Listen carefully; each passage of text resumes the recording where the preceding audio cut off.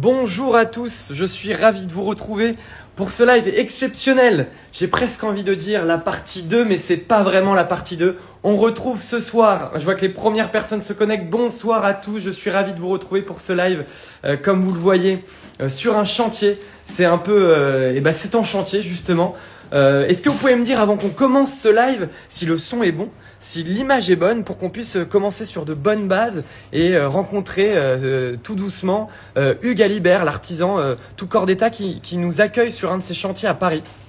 Donc voilà, bonsoir à tous, bonsoir tout le monde. Je vois de plus en plus de personnes qui nous rejoignent. On est ravis de vous retrouver en tant qu'école. Voilà, nous, pour ceux qui ne nous connaissent pas, on est une école d'architecture et d'architecture d'intérieur et de décoration.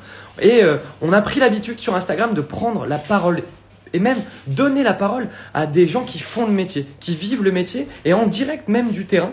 Et donc ce soir, on a la chance d'avoir un artisan tout corps d'état, Hugues Alibert, et aussi professeur de fondamentaux du bâtiment à l'EDAI, qui nous ouvre les portes d'un de ses chantiers, qui va nous raconter un peu son chantier, comment est-ce que ça se passe, à quelle phase il en est, mais surtout qui sera là pour répondre à toutes vos questions pendant 1 heure. Et pour tout vous dire, il est déjà en train, il est même pas en train de se dire bon, quand est-ce que l'interview commence, il est en train de réparer les choses là. Il est vraiment sur le chantier, donc on a beaucoup de chance d'être avec lui ce soir.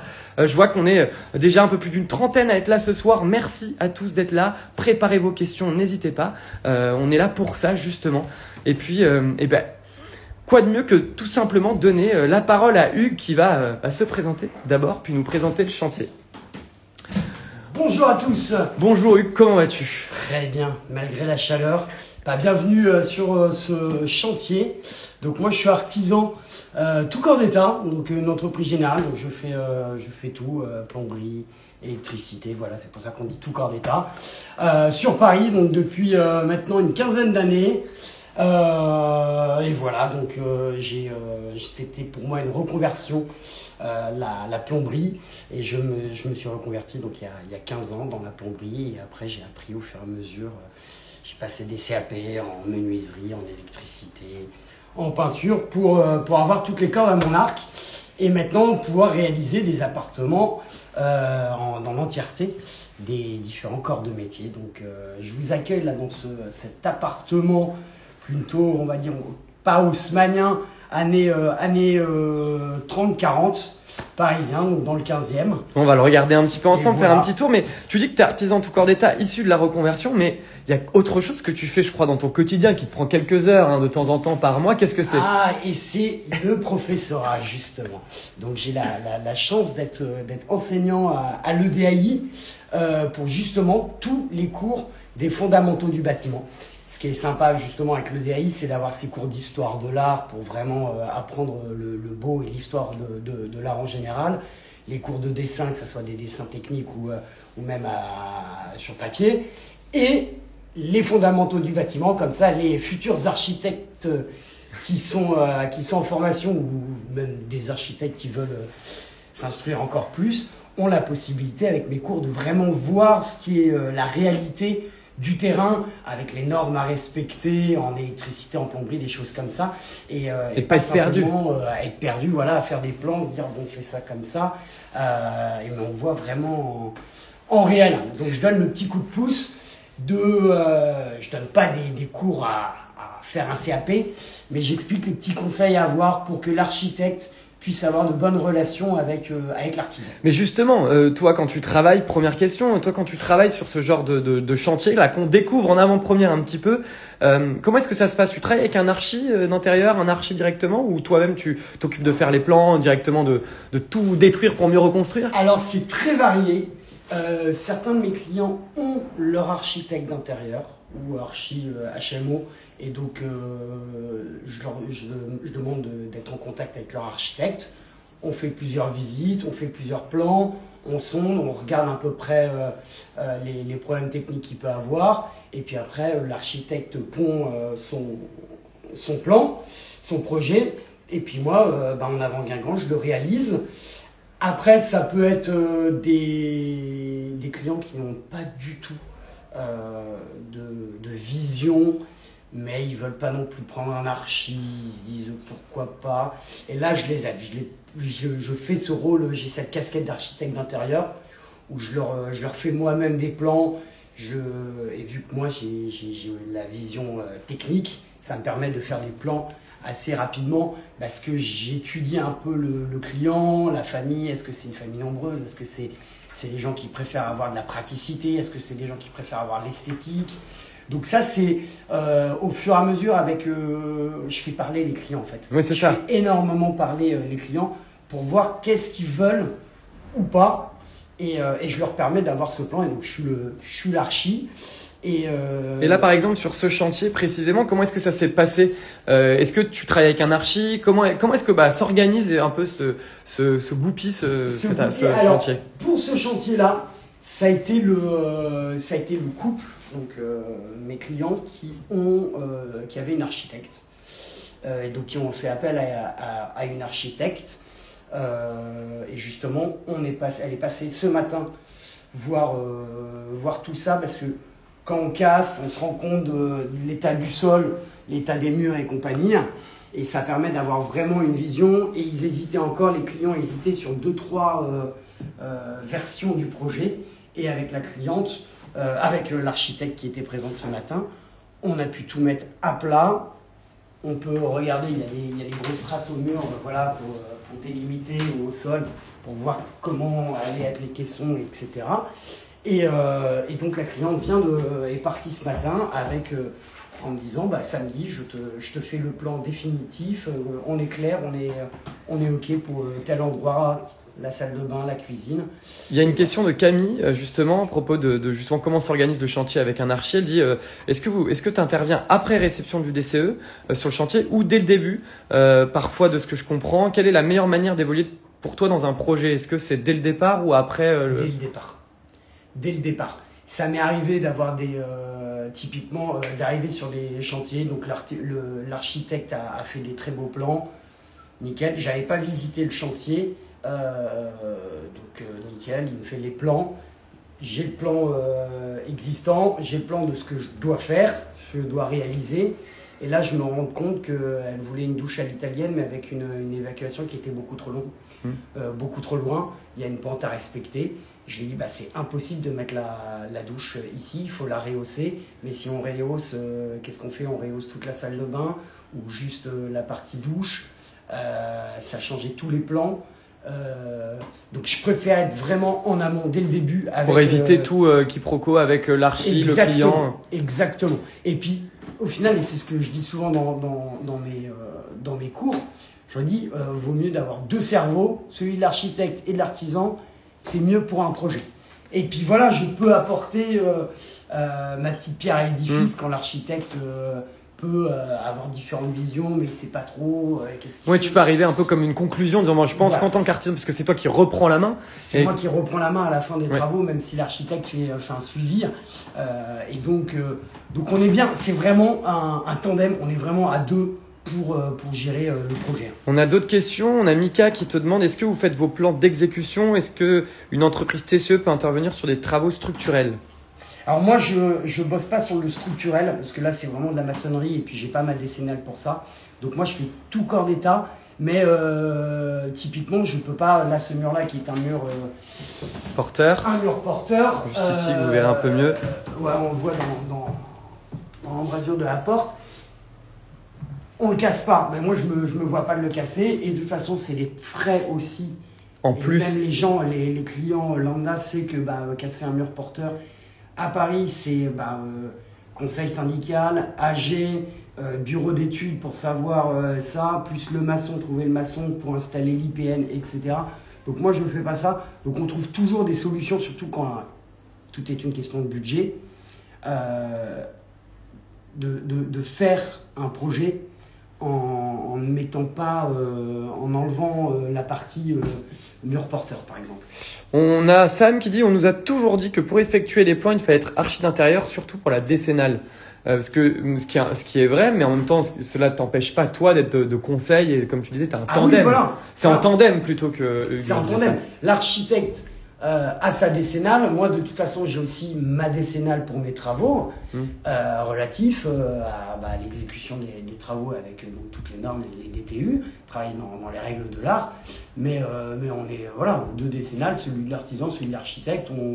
on peut faire. Typiquement, on hésitait avec ce mur-là, on ne savait pas s'il était porteur ou s'il était devenu porteur, c'est-à-dire un semi-porteur. Le bureau d'études est venu et le bureau d'études a dit non, il faut mieux pas le péter. Donc voilà, on a refait les plans avec l'architecte. L'architecte a refait les plans en se disant le bureau d'études était contre le fait de déposer ce mur-là. Et c'est pas grave, on refait d'autres plans et on trouve des solutions. De toute façon, il n'y a pas de problème, il y a que des solutions. Plein de questions. Est-ce que Sylvanie qui te demande, est-ce que ça vous gêne de faire des rendez-vous dès le début avec l'architecte et le client quand c'est la première fois que vous bossez avec l'architecte? Non. C'est toujours, il faut être curieux. C'est comme, typiquement, moi ça m'arrive de faire des chantiers, donc tout corps d'état, donc généralement on me prend parce que les clients ont un seul interlocuteur, c'est Hugues, et ils n'ont pas à gérer le plombier, le plaquiste, l'électricien, savoir quand est-ce qu'il passe, faire un rétro-planning, ils n'ont qu'une personne. Mais ça m'arrivait de faire des chantiers où le client, je devais tout faire, mais le client m'a dit, en revanche, la plomberie, je veux que ça soit mon plombier, vieux plombier de famille. Et j'ai fait très bien. Vous me donnez les coordonnées, moi je retire de mon devis la partie plomberie et je me mets en contact avec le plombier. C'est comme j'ai plusieurs fournisseurs à différents trucs. C'est toujours intéressant de travailler avec plusieurs architectes, de travailler avec plusieurs fournisseurs. Et c'est un peu comme si demain, les futurs architectes que vous serez, vous allez travailler forcément avec une équipe d'artisans. Mais si les artisans ne sont pas disponibles au moment où vous avez votre projet, c'est toujours intéressant d'avoir une autre équipe d'artisans. Et idem, moi, quand je travaille avec des archis, j'ai quelques noms d'archis. Mais s'ils ne sont pas dispo et ils me disent « non, Luc, là, je suis sous l'eau, j'ai plein de projets », c'est toujours intéressant de trouver d'autres architectes, de voir avec le feeling s'ils passent bien et bosser en bonne intelligence comme ça.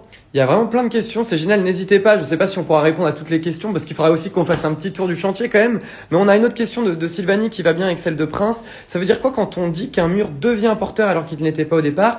Et comment est-ce que vous faites pour savoir quand vous avez un doute sur un mur s'il est porteur ou pas?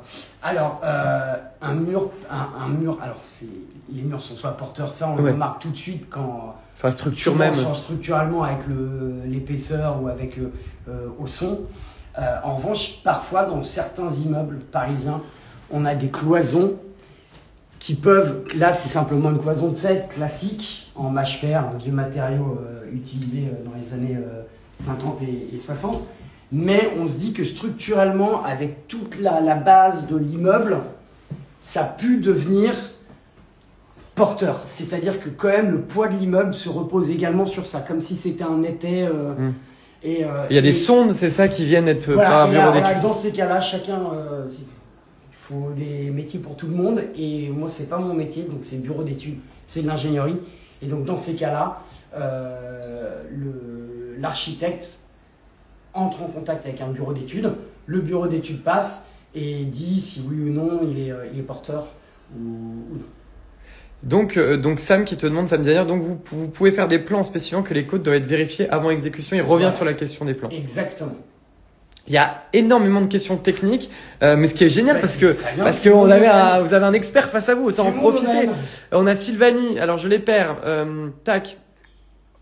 Sylvanie qui nous demande, vous conseillez à l'architecte de faire les prises de mesure lui-même ou avec un géomètre? Ça, c'est même pas tant toi ton registre, mais... C'est pas mon registre, un bon archi peut prendre des prises. Sans aucun problème. Ses prises de cote lui-même. Et vous êtes formé à ça d'ailleurs même à l'EDI pour comment faire un relevé de cote. Faire un bon relevé de cote, avec un bon télémètre. Maintenant, il existe en plus des vrais trucs de géomètre où on pose et puis un laser qui prend toutes les cotes. Donc, ça sert à rien de demander en plus à un géomètre... de refaire les codes. Autant refaire les codes vous-même. Ou peut-être sur des espaces un peu plus originaux ou avec des... on sait sur certains projets parisiens. Et après, c'est assez intéressant, même pour, je pense, en tant qu'architecte. Moi, je le vois quand je fais des projets et que j'ai la casquette architecte, c'est de prendre toutes mes cotes. Ça me permet déjà de voir un peu, m'imprégner le chantier. et savoir comment, qu'est-ce que je vais faire, où vont être les défauts. Si je vois qu'en prenant mes codes, c'est pas droit, je sais que je vais avoir des difficultés à poser ma cuisine parce que les murs sont, j'ai 2-3 cm de différence sur une largeur et l'autre. Donc c'est ça qui est intéressant. Donc se prendre les codes soi-même, c'est quand on est architecte, c'est mieux. On a une question qui revient plus sur ton métier de Sullivan qui dit en étant artisan tout corps d'état, vous êtes passé par une base menuiserie peut-être. Est-ce que tu as eu un peu à faire? Alors moi je suis passé vraiment à la base plomberie. C'est-à-dire qu'après la publicité, j'ai fait un CAP plomberie. Donc la reconversion vient de là. Tu étais dans la publicité avant, sacrée reconversion quand même. J'étais dans la pub à une époque où la reconversion était très mal vue et on était très très peu à se reconvertir. J'ai franchi le pas. Et donc je voulais un domaine où ça soit vraiment très très très technique. Et la plomberie ne s'improvise pas. Voilà, plomberie, l'électricité, ça ne s'improvise pas. J'ai envie de dire même la peinture, ça ne s'improvise pas. Ouais. Parce que, pourtant ça, on pourrait croire. On pourrait croire que la peinture c'est simple, la peinture c'est très très très très compliqué. Mais on va dire que c'est plus des gestes d'expérience et c'est en forgeant qu'on devient forgeron. Qu'on devient, voilà, c'est en enduisant qu'on devient un bon peintre, etc. Mais la plomberie, donc j'ai fait plomberie et après j'ai passé ce qu'on appelle des VAE, des validations d'acquis d'expérience. Je sais pas, ça doit encore exister. Oui, ça existe encore. Parce que ça date. Et j'ai fait des validations d'acquis d'expérience en électricité, en placo et un peu en menuiserie. Voilà. Alors, ce qui me permettait d'avoir l'enveloppe globale. Et puis après, comme tu dis, il y a l'expérience qui fait qu'aujourd'hui, Hugues est un artisan tout corps d'état incontournable reconnu sur la place du 15e arrondissement. On va prendre deux petites questions avant d'aller faire un petit tour du chantier parce que je sais qu'il y a des personnes qui se demandent comment s'agence ce chantier, où est-ce que tu en es, qu'est-ce que tu es en train de faire. On va prendre une question qui revient sur le mur porteur. On a Prince qui nous demande, peut-on faire une niche d'une vingtaine de centimètres dans un mur porteur? Généralement, les murs porteurs font à peu près 20 cm. C'est ça, donc ça serait presque une... Ça serait une ouverture. Là, on voit un mur... hop là, typiquement, le mur, il fait 20 cm déjà. Ouais. Donc faire une niche de 20 cm dans un mur porteur... c'est une ouverture en fait. Mais, oui. Pour une ouverture, une petite ouverture, il faut voir à peu près la hauteur et la largeur de l'ouverture. Mais... si on veut par exemple imaginer juste un passe-plat dans un mur porteur, et après de tout ouvrir pour poser une verrière, par exemple, c'est trop, là il faut bureau d'études, IPN, etc. Et ça sera pas une question pour la fin, c'est Sylvanie qui dit c'est trop bien d'avoir un artisan en face de nous, sans lui, pas de beaux espaces. Et sachez que vous avez un magicien face à vous, mais justement, Hugues, on va faire un petit tour du chantier, tu vas nous montrer, déjà nous expliquer un peu cet espace, que je pense que vous n'avez pas encore dû super bien le visualiser, nous expliquer comment il est découpé cet espace et où est-ce que tu en es et où est-ce que tu vas aussi sur ce chantier. Où est-ce que je vais, c'est surtout ça le plus important. C'est pour ça où on va, il faut savoir d'où on part. Alors, on commence par où? L'entrée. Et quand vous arrivez, donc, il y aura ce qu'on appelle, et vous verrez ça dans les cours, justement, l'ETL, avec la GTL, la gaine technique de logement, avec donc, tous les disjoncteurs, etc. Et donc, on a les deux chambres. Celle-ci, on ne touche pas. Donc il n'y a pas il y a pas de grand changement sur les chambres. Il n'y a pas de grand changement. Je vous fais un petit tour. Faire toutes les prises électriques. Ce sont des chambres d'entre 15 mètres carrés à peu près. Font 11 ou 12. Ouais. L'avantage, c'est que ici, cet appartement avant, c'était une coloc de demoiselles et c'était leur salon et elles se faisaient des feux parce que la cheminée est. On peut utiliser la cheminée. La cheminée est opérationnelle. Donc très sympa. Mais ça va devenir une chambre d'enfant, donc moins de feu. On va éviter. Donc en gros ici. Je change rien à part l'électricité et on fait bien sûr plâtrerie. Oui, on voit que tu as déjà un peu. Plâtrerie enduit. Donc, oui, pas de grands changements, c'est un petit coup de propre, un petit coup d'électricité. C'est pour ça que ça me permet, c'est un peu ma pièce où je stocke mon matériel. Et une super vue. Hop. Voilà. Une vue dégagée à Paris, c'est assez rare. Voilà. Au calme. Au calme, on est vraiment au calme. 15e, au calme. Donc je crois que c'est ça qui a fait plaisir à mes clients. Justement. Parce que du coup, si on comprend bien de là où on part, cet appartement, tu es en train de le réagencer, le travailler pour une famille, donc un couple avec deux enfants. Un couple avec deux enfants. Sacré challenge dans cet espace. Sacré challenge parce que c'est un 47 mètres carrés, Donc lier l'utile, le beau, avec quand même de l'espace de vie, mais la praticité d'avoir une cuisine et une salle de bain. Ouais. Avec baignoire en plus la salle de bain, il me semble. Avec baignoire, parce que justement, baignoire pour les enfants, c'est plus simple. Donc une petite baignoire, justement, ce qui est à côté mieux. Ouais. Mais en même temps, c'est plus de place qu'une. C'est ça, sur un petit espace. 80 par 80. Donc voilà. Là, il y a l'autre chambre, pareil, mais celle-ci, on n'y touche pas trop. Là, c'est justement la partie. Je fermais parce qu'il a fait très très chaud. Et là, avec la canicule, on a fait. Ah oui. Voilà. Parce que là, ce que vous voyez ici, qu'est-ce que tu peux nous dire ce que c'est tous ces sacs qui sont assez énigmatiques? Tous les sacs à gravats de toutes les cloisons que j'ai déposées. Voilà, là il y a toute la cuisine, les meubles de cuisine et de salle à manger et de salle de bain. Tout ce que tu as dû enlever pour. Tout ce que j'ai dû enlever avec les radiateurs parce que c'était des radiateurs, donc j'ai tout enlevé et je vais faire appel à une société pour vider ça. Mais avant, il faut que je descende tout ça. Donc 90 sacs à gravats de 25 kg le sac à descendre et on est au 4e étage sans ascenseur. Donc c'est pour ça que je n'arrive pas trop à grossir. Le sport et voilà. Et puis, et ce que Hugues ne dit pas, c'est que vous voyez ici, vous voyez toutes ces cloisons pétées, donc pour retravailler la structure. Et Hugues me disait juste avant qu'on commence qu'il a fait tout ça lors de ces 2 derniers jours sous canicule à 35 degrés à Paris, ce qui était vraiment un gros défi. C'était compliqué. La petite clim de chantier n'a pas suivi de toute façon. Mais c'est ça les aléas d'un chantier, et c'est aussi bien de pouvoir voir ça. Donc voyez, donc là, imaginez, c'était la salle de bain ici. On le voit bien avec l'espace du... Voilà. C'était la salle de bain, où il y avait juste une petite vasque ici, et une petite cabine de douche, où on voit d'ailleurs la saignée, ce qu'on appelle une saignée, donc une engravure dans le mur, pour l'eau chaude et l'eau froide. Voilà. Et donc, qu'est-ce que ça va devenir cet espace? Alors, cet espace-là, déjà, voilà, on va pas dire ce que c'était. Et là, c'était la cuisine. On rentrait dans la cuisine, qui était en longue, mais qui était un peu imbriquée. Donc, tu as ouvert déjà cette partie. Donc, on a ouvert tout ce mur-là. On le voit là. Donc, on voit les traces en haut plutôt, vous verrez mieux. Toute la cloison qui donne sur le salon. Et donc toute la salle de bain. Comme ça, on a pu vraiment se rendre compte de l'espace. Ouais. Ce qui nous a permis, à la base, l'idée, une des premières versions, était de faire tomber tout le mur jusqu'au bout, de là, faire une porte coulissante, de rentrer dans la salle de bain, et d'avoir une toute petite salle de bain, et de refermer également ici, quasiment, et d'avoir une petite salle de bain ici, et faire la cuisine collée à cette cloison en L. D'accord. Mais et donc récupérer cet espace-là récupérer cet espace-là pour mettre des rangements, des placards de rangement.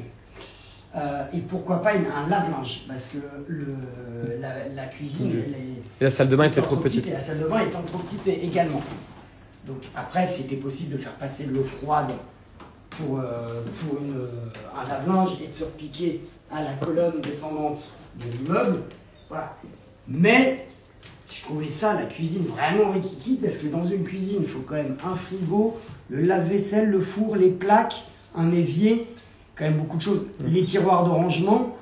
Oui, là, on imagine l'espace, c'est vraiment salle de bain cuisine dans ce même petit espace. On a complètement changé nos plans avec l'architecte. On a regardé au début, elle devait être voilà, juste un U, mais c'était, j'étais pas content. L'archi non plus, on se disait non, ça coince. Ça coince, ça plaît pas. Donc on est parti sur l'idée de garder la salle de bain ici. Donc on va continuer de faire la salle de bain ici. Là, on va mettre une porte. Elle va prendre un peu plus, elle va prendre quasiment jusqu'ici la salle de bain. Elle va prendre quasiment jusqu'ici. Et en gros, on rentrera dans la salle de bain par une porte. On aura le lave-linge, un meuble de 40 à tiroir avec une vasque posée dessus mais comme ça, vu qu'il y aura La même hauteur. le plan de travail au-dessus du lave-linge, il y aura une grande, vraiment un bon plan de travail pour poser les produits de beauté. Et là, de 70 cm, donc jusqu'à 1,20 m, une petite baignoire. Voilà, avec effectivement la robinetterie qui sera donc ici. Et donc madame pourra donner le bain à ses enfants là, avec un pare baignoire ici, au-dessus. L'électricité, je la garde. Je mets toujours des prises au niveau, ce qu'on appelle des prises de service sur les crédences. Mais sur les crédences de salle de bain, je vais aussi en mettre. Donc je mets souvent 2 prises, pour rasoir, brosse à dents, électrique, etc. Et un interrupteur. Donc là on voit les 3. Voilà, donc c'est ça. Après en fait on casse tout et puis on intègre des plots qu'on scelle et puis on fait ressortir les fils à l'intérieur. Et donc là il y aura un interrupteur qui allumera une petite lumière au-dessus. Comme ça, c'est toujours sympa d'avoir la lumière du plafond, le plafonnier, mais également avoir une lumière au niveau du miroir. Donc là avec un joli miroir, une jolie applique, ça va être très bien.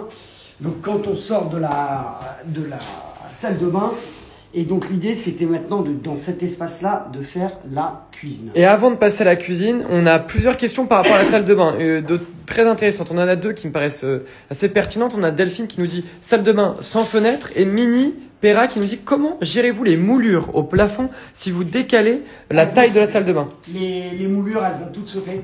Toutes les moulures de l'appartement qu'on et on va voir ça avec le budget parce que c'était pas devisé. Pourquoi pas remettre d'autres moulures après coup. Donc c'est bien. Et l'idée justement, et c'est très bien vu parce que les salles de bain à l'aveugle c'est pas top. Ouais. Et ce que je fais souvent, c'est dans ces cas-là, dans la cloison qui sera ici, donc qui sera à peu près là, ou alors à peu près ici, ce que je fais, c'est que j'intègre dans ma cloison un imposte en un verre. Comme ça apportera la lumière de l'extérieur. De Et on nous demande, Sylvanie, mais je pense que tu auras rapidement la réponse, pourquoi ne pas avoir agrandi la partie toilette pour avoir la salle de bain au même endroit? Mais c'est justement toute cette question. Et voilà, parce que là, je ne vous ai pas montré les toilettes. Et oui, mais je crois que les gens ont deviné les toilettes. Voilà, les toilettes, c'est particulier. Bienvenue dans ces toilettes-là. Et voilà, vous découvrez les toilettes.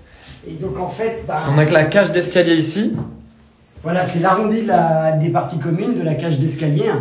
Et donc on n'a pas 36 000 solutions pour faire une... Au début, on se disait pourquoi pas casser ce mur-là, essayer de faire une douche, salle de bain avec les toilettes dans la salle de bain, ce qui n'est pas très dérangeant quand on est à Paris. Mais au début, vu qu'on ne savait pas trop si c'était porteur ou non, on hésitait. Donc le bureau d'études nous a dit il est semi-porteur, faut pas le casser. Donc voilà reste pourquoi. Des toilettes.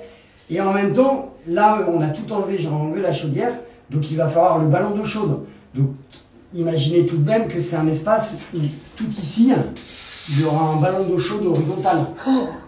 C'est dingue. C'est une chose qu'on oublie souvent. La place du ballon d'eau chaude. La place du ballon d'eau chaude, c'est une famille de 4 personnes.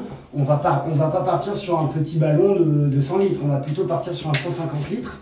Donc c'est quand même assez massif. Ça prend généralement 50 cm de largeur. Donc imaginez 50 cm. On a quasiment tout le haut. Tout le haut qui est pris par le ballon. Parce qu'au début, on s'était dit pourquoi pas mettre le ballon ici, un vertical. Les toilettes ici. Mais le toilette, on le mettrait où? Parce qu'il prendrait trop en épaisseur. Et donc, le toilette, on peut pas le mettre là. L'évacuation, en fait, elle est ici. Donc, il y a... Ah, c'était un sacré casse-tête, ça s'explique. Voilà, et c'est des compromis. Tout est une question de compromis entre les sous-sous, parce que ça reste quand même le nerf de la guerre, la praticité, l'esthétisme, qu'est-ce qu'on veut, voilà, c'était ça le problème. Et on a une question de forme douce. Quelle distance, est-ce qu'il y a une distance à respecter entre la vasque dans la salle de bain et justement les prises, les sorties? Oui, ça on verra ça plus tard. C'est différents volumes. Justement, C'est le 4e cours sur l'électricité. Ah bah voilà. On abordera ce sujet-là. On a Zied qui nous dit bonsoir, bonsoir tout le monde. Merci à toutes les personnes qui nous rejoignent. On est de plus en plus nombreux et donc on a de plus en plus de questions. Une VMC est-elle installée dans la salle de bain où ce n'est pas obligé d'avoir une aération? Si, j'en mettrai une. Justement, j'en mettrai une qui va se repiquer justement à l'ancien conduit qui était bouché, où il y avait déjà une VMC qui était ici dans la salle de bain, qui se repiquait à l'intérieur. Donc je vais chemiser, c'est-à-dire faire passer tout un conduit de VMC là-dedans. Et donc la VMC sera là, et je pense qu'esthétiquement, je ferai un imposte, je verrai en fonction de la hauteur pour avoir quelque chose de proportionnel, d'esthétique, et amener un peu de lumière. On a Camille qui te demande dans la salle de bain, vous allez ajouter la suspension. Si oui, comment? La suspension. Donc j'ai pas le. Ah, la lumière. Ah oui, voilà, cette suspension qui est juste ici. Voilà. Ok. La gaine arrive déjà, hop, elle est là, elle fait ça, tac, tac, tac. Et donc voilà, donc là j'étais justement en train de voir tout ce qui est électricité. Donc parce que vu qu'on a fait tomber, là on ouvrira, il y aura la lumière, l'interrupteur pour allumer cette suspension là. Et quand on rentrera, il y aura cet interrupteur pour allumer cette applique là. Voilà. On a Muriel Consulting qui, elle, n'est pas totalement d'accord avec ce réagencement. J'imagine, comme tu le disais juste avant, il y a beaucoup de compromis. Elle propose d'inverser la cuisine et la salle de bain. Je crois que ça a été, à un moment donné, un projet envisagé. C'était mon petit truc. C'est ton... Moi j'aurais vu effectivement la cuisine ouverte ici, ouais. En L, même avec le décroché des conduits, on pourrait faire des trucs différents. C'était possible en fait. Voilà. C'est des choix. Et garder ça quitte à la réduire tout de même. Oui. Et là, on aurait pu faire une très belle salle de bain. En plus, salle de bain avec baignoire, parce que ici on a la plus petite salle, petite baignoire est à 1m20 et ça passe. On aurait pu mettre une baignoire d'1m40 tout du long avec une tablette là-dessous pour poser les produits de beauté. Et ici, imaginez une vasque. Et là, on rentrait donc. C'était faisable, mais... Eh oui, c'est ça, c'est des compromis. Le client a le dernier mot, hein, donc, mais mon idée, voilà, c'était de faire la cuisine plutôt en L, qui empiète pas trop. On aurait pu mettre quelques caissons, on aurait pu mettre des caissons de 60, un caisson d'angle, revenir ici et reprendre un peu sur le... Je crois que les gens sont plutôt d'accord avec toi, mais bon, c'est une question, encore une fois, comme tu dis, c'est le relationnel que tu as aussi avec tes clients, comment est-ce que tu construis un projet, c'est eux qui ont le dernier mot. On le sent quand ils tiquent ou pas. Ouais. Après, c'est vrai que c'est beaucoup de feeling, on se voit souvent, on s'appelle souvent, je fais toujours un groupe WhatsApp voilà, où je mets des photos, des avancements pour que eux ne s'inquiètent pas, qu'ils puissent... C'est quand même souvent des personnes qui achètent pour la première fois, des primo-accédants, ils mettent quand même un sacré billet dans l'achat et dans les travaux. Il y a ce stress et on leur enlève, on leur dit tout va bien, mais donc c'est eux qui ont le dernier mot. Donc quand on leur propose et qu'ils disent bah non, on préfère ça, on s'incline platement et ouais. Le client est roi. Et c'est comme ça m'est arrivé de faire des couleurs chez des clients, des couleurs, mais vous posez du papier peint dégueulasse. Et quand ils me disent alors Hugues, comment tu trouves ça? Oui, c'est bien. Bah oui, tu composes. C'est un travail de composition. C'est un travail de compo et de diplomatie. Et de diplomatie. Voilà. On a Agnès qui te demande, et après on va passer un peu à la suite de l'espace, qui est pas si grand, et justement tout l'enjeu est là. On a Agnès qui te demande, vous arrive-t-il de travailler uniquement avec des plans sans que l'archi fasse le suivi de chantier? Oui. Il me semble que ça a été un des sujets sur un des lives qu'on a fait ensemble, le premier. Le premier live in situ. Et oui, si vous voulez aller voir dans les replays de notre... Ouais, dans les replays, il y a un très très beau chantier qui était... là, il était plus grand l'appartement, ouais. On devait faire un petit 90 mètres carrés. J'ai eu que des plans de l'archi, aucun suivi. Et j'avais juste des plans, et encore juste des plans de... Alors on casse ça et puis on va mettre le mur là, mais après j'avais pas l'architecte me demandait même pas si je mettais une cloison de 7, une cloison de l'épaisseur de la cloison. Par exemple, on verra dans les ossatures métalliques, il existe des rails de 48 en rail placo, mais il existe aussi des rails de 70, ce qui fait une cloison beaucoup plus large. Donc ça, sur les plans, Est-ce qu'il prend en compte l'épaisseur, la taille? Et tu as vu d'ailleurs, hein, il me semble, un vrai sujet. J'ai énormément de problèmes avec une arche. Je devais faire une niche pour intégrer un frigidaire américain. Et je lui dis, c'est bien les bonnes mesures avec la référence du frigo. Il me dit, oui, c'est la référence du frigo. Et en fait, que dalle, une semaine avant le rendu du chantier, le frigo, j'installe le frigo, il rentre très bien. Mais il faut penser que le frigo a une épaisseur de porte. Et donc la porte ne s'ouvrait pas parce qu'elle cognait contre le mur. Donc j'ai dû refaire l'intégralité d'une arche. Immense qui était, imaginons, juste au-dessus de la cuisine, comme ça, une cuisine un peu plus grande. Ça, vous pouvez le trouver sur mon. Oui, sur mon vous pouvez le voir Instagram. si ça vous intéresse. Il y a le replay du live. Vous pourrez voir justement cette arche qui était avant, c'est l'arche avant qu'elle soit refaite. Voilà, et puis c'était compliqué. Donc voilà, et j'aime bien quand les architectes font un suivi. Et ils vont loin, sont comme moi, là, l'architecte, elle m'a dit, bon, maintenant qu'on a vu les emplacements, on va voir les parties électriques. Parce que forcément, si on change ça, est-ce qu'on met des prises, les prises qui étaient... Là, il y avait un interrupteur pour allumer la cuisine. Mais maintenant, il n'y a plus de cloison. Donc en fait, cet interrupteur-là, justement... Tu vas le déplacer. On va le déplacer, on va le mettre ici. Mais alors, on le met ici ou ici quand on rentre. Ah oui. C'est toutes des petites questions. Et avec l'archi, on se dit, bah non, ça fait moche ici, plutôt à l'intérieur de la cuisine. C'est moins voyant, c'est plus joli. Des choses comme ça. C'est-à-dire que dans l'entrée, on va pouvoir allumer un double interrupteur qui allumera la suspension de l'entrée, mais également une prise commandée dans le salon pour allumer une lampe qui sera dans l'angle du salon. Mais quand on sort, on a couché les enfants, on se repose, on prend l'apéro avec sa femme, et après quand on part dormir dans la chambre, on ne va pas revenir à la porte, donc il faut également les va-et-vient. Et donc on s'était dit, voilà, on quitte la salle, le salon, on va se coucher, et on éteint instinctivement, on va éteindre ici, avant de puis rentrer. allumer dans la chambre pour entrer dans la chambre. Donc c'est des petits trucs qu'on voit avec l'archi, exactement. Donc j'aime bien quand il y a un suivi de l'archi. Il y a beaucoup de questions et malheureusement, on peut pas toutes les prendre. On voit Prince qui dit qu'il y a beaucoup de changements qui ont été opérés. Est-ce qu'à chaque fois, vous êtes obligé de passer par un bureau d'études, comme il y a le changement d'arrivée d'eau et d'électricité, il n'y a pas vraiment de changement d'arrivée d'eau, juste une déviation? Ah oui, moi mais de toute façon, après, au niveau du compteur, je fais ce qui me plaît. Que ça soit au niveau électrique ou au niveau des arrivées d'eau, de la vanne d'arrivée d'eau, après, je me débrouille, je fais ce que je veux. J'ai pas besoin de bureau d'études pour ça. Le bureau d'études, c'est vraiment pour la structure de l'immeuble. C'est vraiment pour, on va dire, pour le squelette, qu'est la maçonnerie, que sont les murs. Après, tout ce qui est évacuation, non pas évacuation d'eau, mais sortie d'eau, déviation d'eau et d'électricité, tu peux faire ce que tu veux. Moi, je me débrouille. Et justement, on a cette question, un peu une légende urbaine. Est-ce que c'est vrai que les toilettes ne peuvent jamais changer de place par rapport à l'évacuation? Bah si. Donc voilà, Sylvanie, on peut changer de place les toilettes. C'est la taille. Typiquement, là, vous voyez, on a une sortie d'évacuation, mais qui est très petite. À l'intérieur, elle est trop petite. Donc, je ne peux pas brancher de toilette dessus. Parce qu'on aurait pu s'imaginer brancher une toilette dessus. Il faut que les toilettes fassent minimum une colonne de 100 pour les toilettes.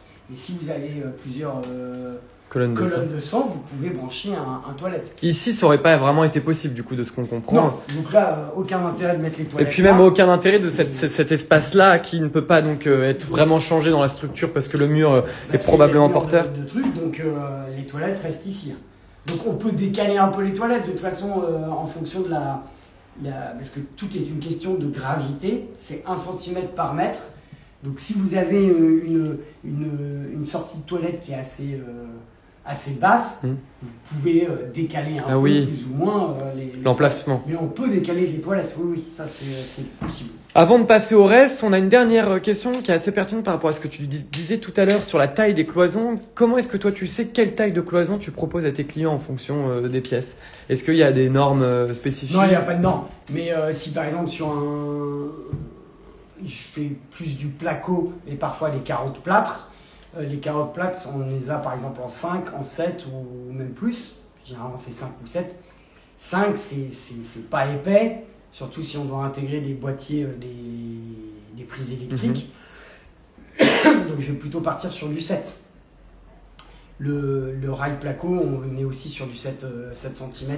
Donc généralement c'est 7 cm. Parce qu'on a le rail de 48 Ouais. et après on a les deux épaisseurs, les deux feuilles de placo de chaque côté.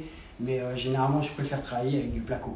Mais si j'ai un gros mur à faire avec une cuisine, si par exemple on avait gardé à l'idée d'une cloison ici, où il y aurait toute la cuisine de ce côté-là, là j'aurais mis En plus petit. en plus grand. plus grand, beaucoup plus épais, parce que beaucoup plus costaud, beaucoup plus rigide, pour permettre la fixation de tous les caissons hauts de la cuisine. Ah oui. Donc voilà, c'est comme si je dois faire une pose d'un chauffe-eau sur un endroit en placo, je vais le rigidifier, je vais peut-être faire en ossature en rail de 48, mais je vais faire de telle sorte qu'il ait je vais le rigidifier en mettant par exemple des plaques de médium ou des bastins à l'intérieur de tous les montants qui sont tous les 60 pour rigidifier et pour qu'il n'y ait pas de risque d'arrachement du chauffe-eau.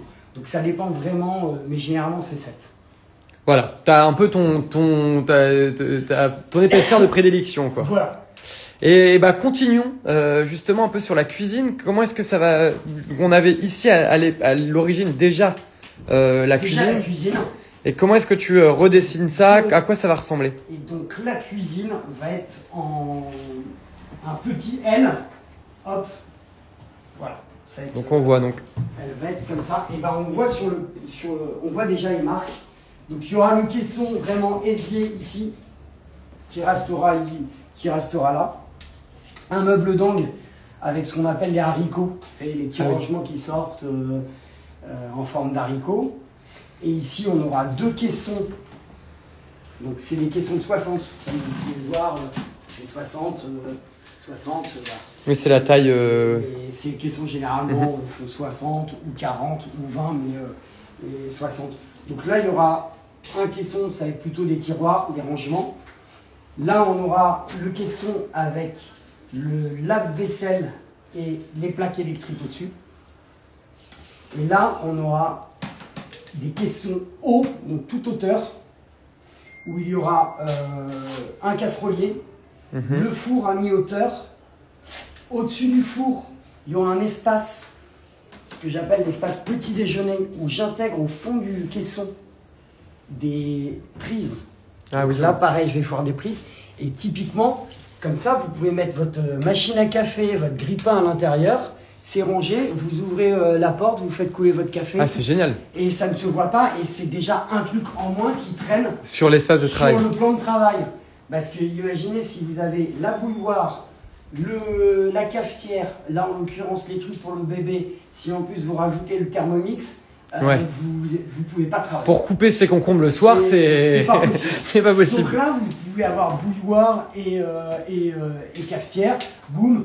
Vous sortez le grille-pain, vous le branchez, je mettrai aussi des prises. Oui, on voit ici à chaque fois. Donc, tu marches vachement aussi pendant le chantier, tu dessines, tu utilises des... Ça me permet de savoir, là je sais ce que j'ai mes arrivées de plaques sont arrivées, là je sais que là c'est avec mon tire-câble. On voit ici. Mais je vais utiliser ça pour le lave-vaisselle, comme ça je sais que j'aurai aussi... Là pour les plaques. Pour mon lave-vaisselle, ça va être pour les plaques. Comme ça j'ai tout en tête.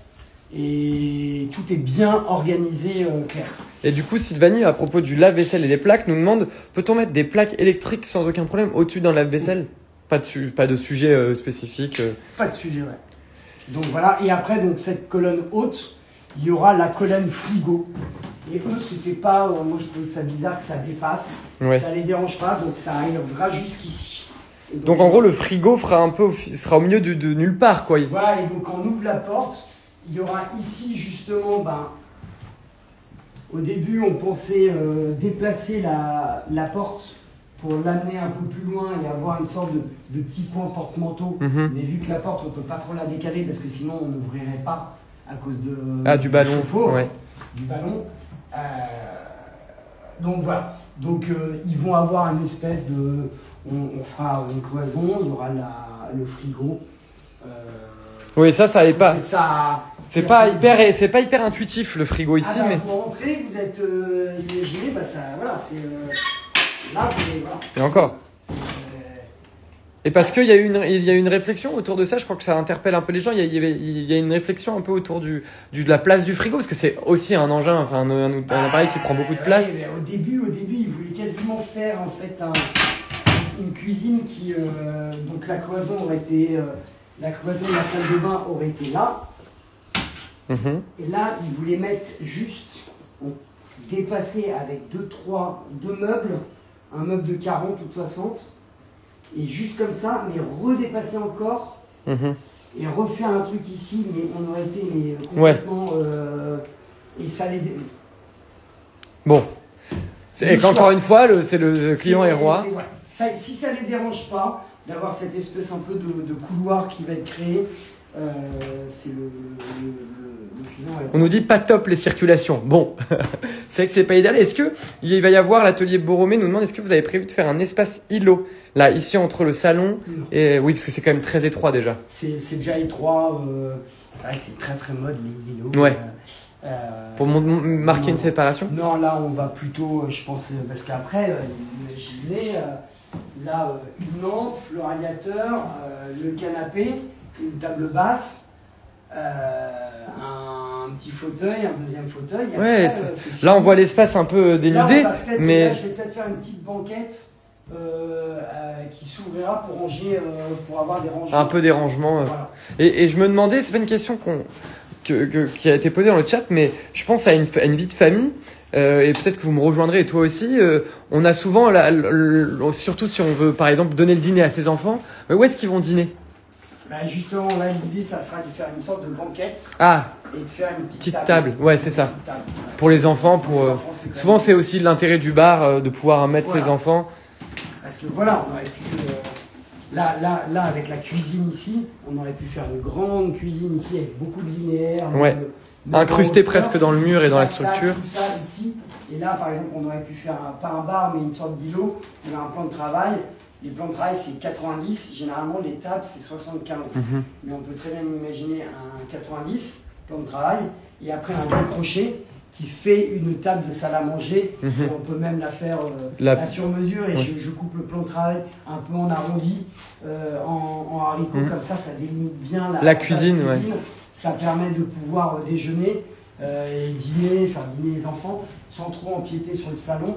Et voilà. Mais il faut reconnaître aussi que c'est un sacré casse-tête cet espace pour cette famille. Et c'est pour ça qu'il y a plein de choix qui ont dû être faits. Et tu parlais aussi des sous. Aussi. Il y a les sous et de toute façon, et ça, si les architectes m'entendent là, ou même si vous avez eu des projets, vous voyez bien que vous faites venir 10 architectes, vous aurez 10 visions différentes. À peu près. Ça va se ressembler. Oui. Il y aura peut-être des petites nuances. Et c'est comme quand vous achetez quelque chose, un appartement. Ah bah attends, moi je verrais bien ça. Il y a tous les copains. Oui, tout le monde s'imagine un petit peu. Après les autres crémaillères, ils mettent tous leur truc. Et ah non, moi je verrais ça comme couleur, etc. Et en fait, 20 personnes, 20 appartements différents. Donc c'est vraiment des compromis. Ouais. Tout est une question de compromis. Et est-ce que du coup les gens sont un peu, j'imagine, c'est chacun a son petit point de vue. Est-ce qu'il y a une question qui est intéressante? Est-ce qu'il y a eu un plan, à un moment donné, une modélisation qui a été montrée au client ou c'est de la discussion? Oui. Ouais. Non, il y a eu un plan qui a été validé par le client. Il y a eu même deux plans, deux versions qui donc que le client a eu de la part de l'archi. Et puis suite à ces plans, moi je les ai regardés, j'ai fait ouais. Avec ton franc-parler en plus. Franc-parler tout en délicatesse. Et c'est pour ça que l'architecte est revenu et fait ouais, mais attendez, bon. Et on retravaille tout ça. Mais effectivement, les clients voient vraiment en visuel, ils ont le plan et ils l'ont vu en réel tout à l'heure. Puis ils verront aussi le rendu. Il y a une dernière question. Est-ce que les clients donnent carte blanche aux professionnels et écoutent les conseils des pros? Ou visiblement, c'est pas vraiment le cas. Généralement. Pas tout le temps. Là, c'est vraiment de l'emplacement. Ouais. Ça leur convient pas. Mais après, si moi je leur dis non, ça, je verrais vraiment ça comme ça, ils me disent je te fais confiance, Hugues. Ouais. C'est toi qui as l'expérience, c'est toi qui sais me faire. Voilà. Si vous prenez un archi, un artisan, c'est que vous avez confiance en eux, c'est que vous voulez travailler avec eux.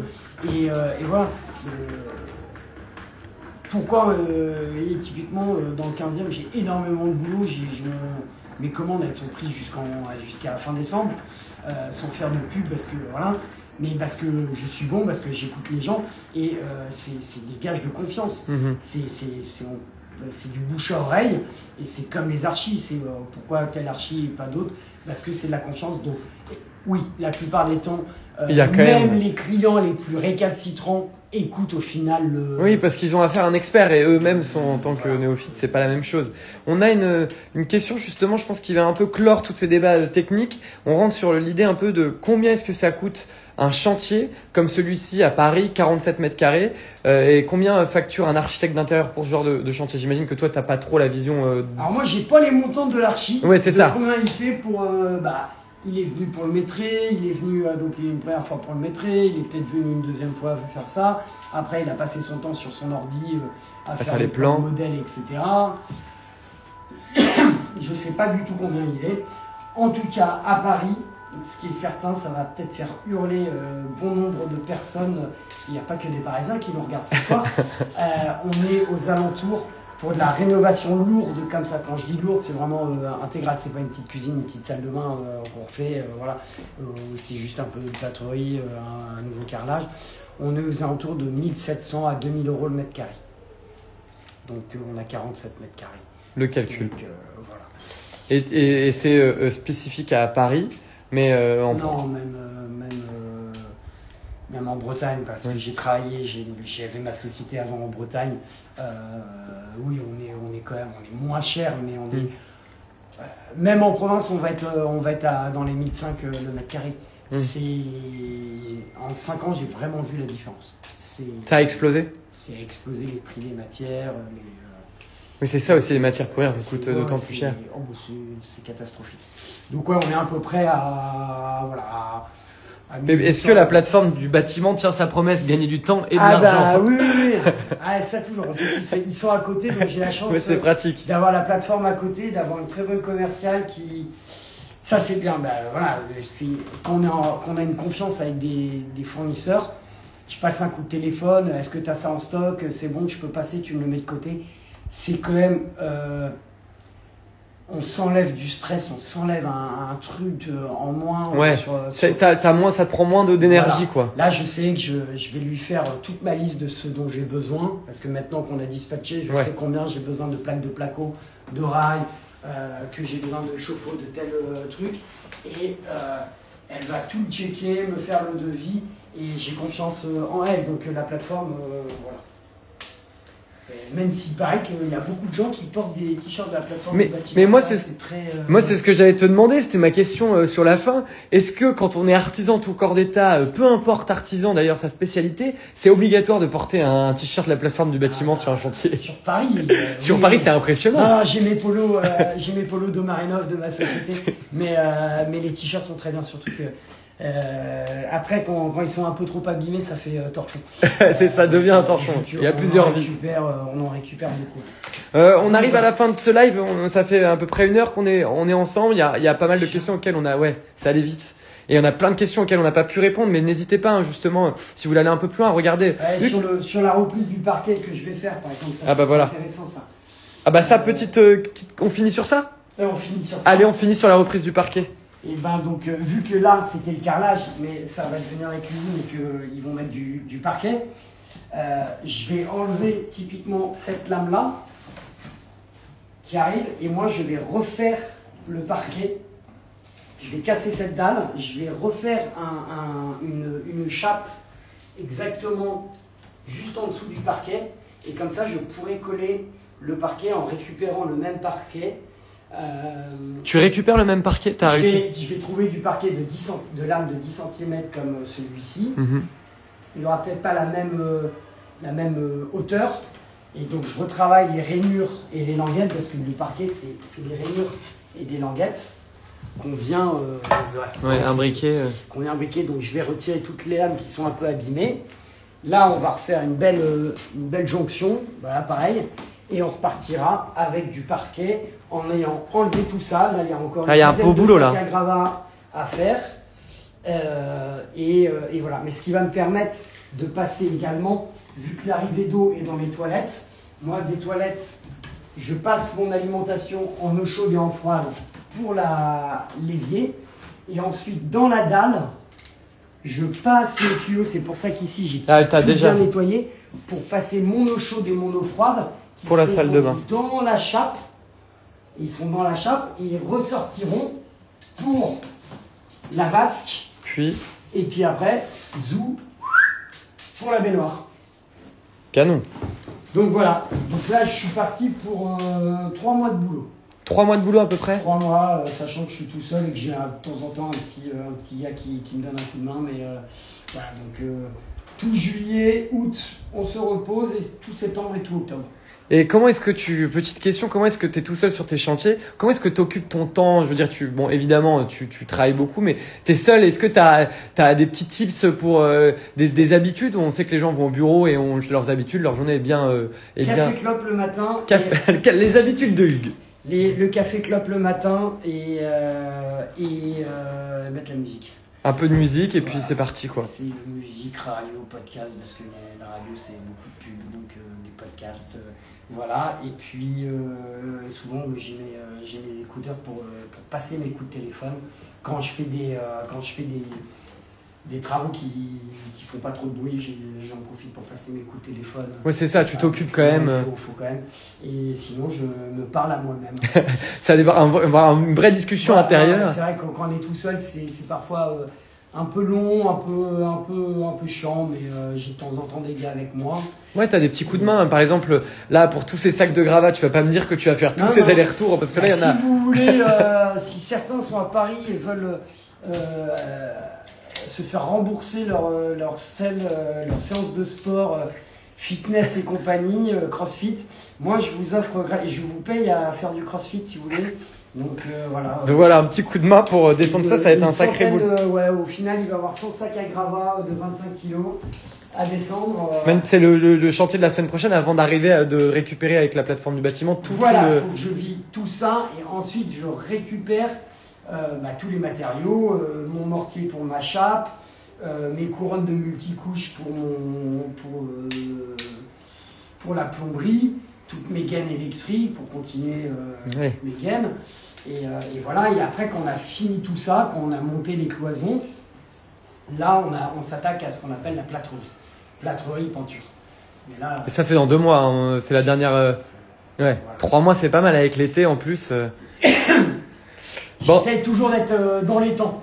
Même si je sais que dans le bâtiment on dit bah non, mais j'essaie souvent, même à 99%, je suis dans les temps, dans les temps, quitte à travailler le samedi et le dimanche, mais quand je dis une date, je préfère travailler jusqu'à 23h le samedi et le dimanche, mais et te tenir à ta date. Tiens, et comme ça les gens ils savent que s'ils ont prévu le déménagement le X, ils savent que le X, ils peuvent déménager. Parce que ça, c'est un vrai sujet aussi. On sait que beaucoup de chantiers, même la plupart du temps, c'est presque acquis qu'il y aura 2-3 mois de retard. On sait que c'est une habitude à Paris. Moi, je garde toujours une semaine de surprise. Pour un appart comme ça, je garde toujours 10 jours, on va dire. 10 jours, ouais, donc 2 semaines de surprise. Soit j'ai vraiment des surprises, mais donc j'ai ces 2 semaines pour pouvoir me trouver une solution, parce qu'il n'y a pas de problème avec des solutions.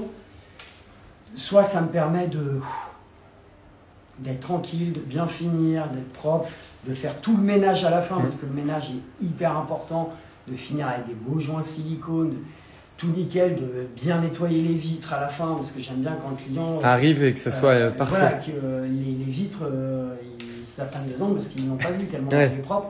Donc voilà, c'est les petits plus qui font que j'ai du goût. Et oui, non, il n'y a pas d'ascenseur pour les gravats.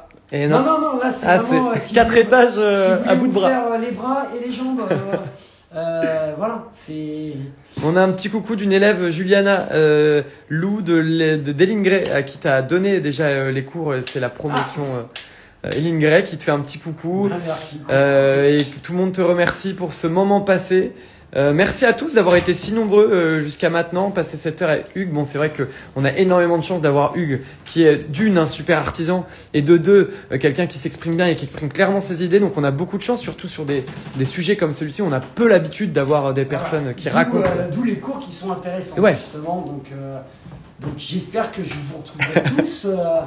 Il y en a visiblement qui suivent déjà tes cours et qui sont là ce soir. Et si d'ailleurs vous vous posez des questions sur l'école d'archi, une reconversion, n'hésitez pas voilà, à prendre rendez-vous avec un conseiller, à nous contacter même sur Instagram pour qu'on discute de votre projet. Donc voilà, merci Hugues d'avoir je vous donné ton temps. remercie pour ce temps et puis j'espère que ceux qui nous voient, je les reverrai peut-être comme élèves. Mais en tout cas, je vous souhaite tout plein de bonnes choses pour la suite de vos vies. Eh bien écoutez, on va finir sur ces belles paroles d'Hugues.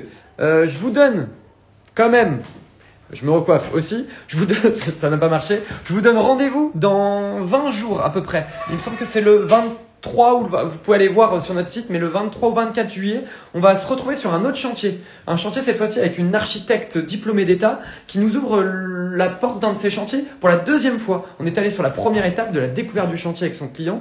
Et puis là, on va aller un peu plus loin. Ils sont en train justement de de casser certains murs pour réagencer l'appartement. Donc on les suit à nouveau sur un de ces chantiers. Donc voilà, n'hésitez pas si vous êtes intéressé, ça sera sur Instagram fin juillet. Il me semble le 24 juillet. Donc voilà, c'était un plaisir de passer ce moment avec vous. J'espère que ça vous a plu.